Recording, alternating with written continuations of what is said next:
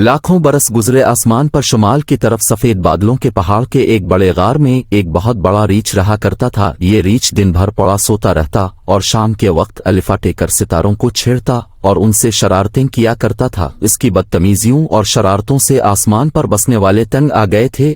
कभी तो वो किसी नन्हे से सितारे को गेंद की तरह लौटा देता और वो सितारा कलाबाजियां खाता दुनिया में आ गिरता, या कभी वो उन्हें अपनी असली जगह से हटा देता और वो बेचारे अदेर अलिफादेर भटकते फिरते। आखिर एक दिन तंग आकर वो 7 सितारे, जिन्हें 7 बहनें कहते हैं, चांद के अक्लमंद बूढ़े आदमी के पास गए और रीछ की शरारतों का जिक्र करके इससे मदद चाही। बूढ़ा थोड़ी देर तो सर खुजाता रहा, फिर बोला, अच्छा मैं इस नामकूल की खूब मरम्मत करूंगा, तुम फिक्र ना करो। 7 बहनों ने इसका शुक्रिया अदा किया और खुशी खुशी वापस चली गईं।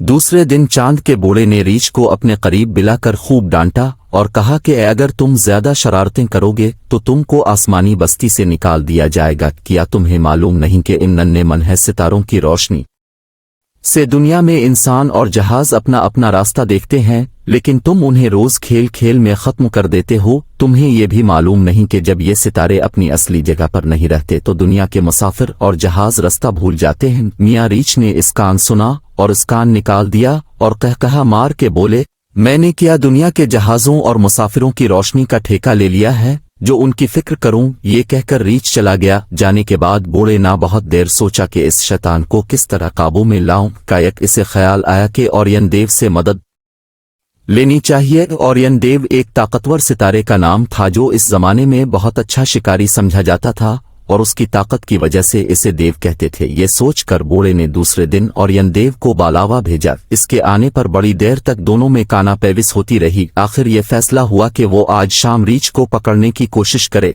चुनांचे रात गए। ओरियन देव ने शेर की खाल पहनी और रीछ के गार की तरफ चला। जब रीछ ने एक बहुत बड़े शेर को अपनी तरफ आते देखा तो उसके औसान खता हो गए और वो नन्हे मनहस सितारों से बनी हुई इस सड़क पर जो परियों के मुल्क को जाती है और जिसे हम कहकशां कहते हैं, बेतहाशा भागा। आखिर बड़ी दौड़ धूप के बाद ताकतवर शिकारी ने मियां रीछ को आ लिया और उनको पकड़कर आसमान पर एक जगह कैद कर दिया जहां वो अब तक बंधे खड़े हैं। अगर तुम रात को कुतुब सितारे की तरफ देखो तो तुम्हें इसके पास ही रीछ बंधा नजर आएगा, जिसको उन 7 बहनों में से 4 पकड़े खड़ी हैं। बाकी 3 बहनों ने इसकी दम पकड़ रखी है। अगर तुम आसमान पर नजर दौड़ा तो तुम्हें ओरियन देव भी तीर ओ कमान लिए रीछ की तरफ निशाना लगाए खड़ा नजर आएगा।